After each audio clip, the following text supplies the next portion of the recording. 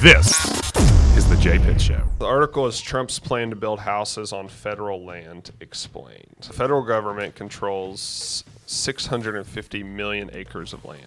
Right.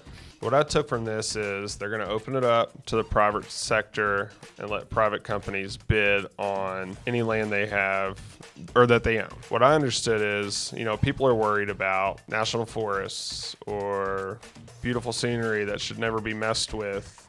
But I thought a really good point was made in the article that if you're letting the private sector bid on it, they're only going to bid on the land that makes the most sense for them. And they're not going to bid on some rural land in the middle of nowhere because the costs to get materials out there, get people to build these houses, get your machinery out there is too high for it to be a viable option. So when you let the private sector enter, they usually handle things better than the government does, and they're only going to make bids on land where they feel like they can make money. Obviously Trump's won the election, so we have some changes afoot, right? We don't know exactly what that means. If you really think about it, he didn't campaign with a lot of specificity. No. There were a few things that he ran on. To be 1,000% fair, neither candidate campaigned with a lot of specificity. Maybe Kamala slightly more, but it was still only a couple of bullet points. And I feel like a lot of that was in response to criticism that she didn't have a platform. She ran on child tax credit and $25,000 first-time homebuyer tax credit. And those are very specific policies, right? Trump did not get into that, but this is something that he mentioned in a debate. He has obviously expressed an affinity for drilling on U.S. land because he believes through a few recent innovations that the United States can tap into more natural gas and oil reserves than previously thought. Okay.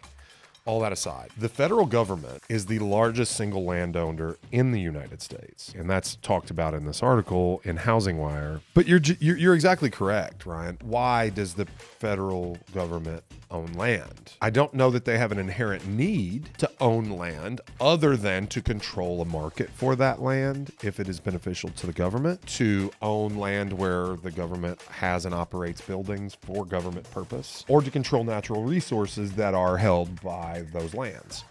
So there is certainly, in the however many millions of acres that they own, there is certainly probably some of that land that is not necessary to be held by the federal government. With that being said, when you open it up to bids by the private sector, you're exactly right. The private sector is only going to bid on land that they feel like they have an ability to make profitable. And the price of said land being on the open market is going to receive the bid that is the highest bid that it can possibly get. This is not a closed loop. And like you said, they're not going to build in the middle of Montana a 5,000 home planned unit development near no public resources, hospitals, shopping malls, grocery stores, where there is no population desiring of more housing. So in my mind, I'm glad that there was not specific campaigning with respect to this particular issue, because I don't know what problem it really solves. I watched a video this morning of Milton Friedman, an economist, saying that the United States government should not be a landowner, unless for absolute strategic purposes. I kind of agree with that.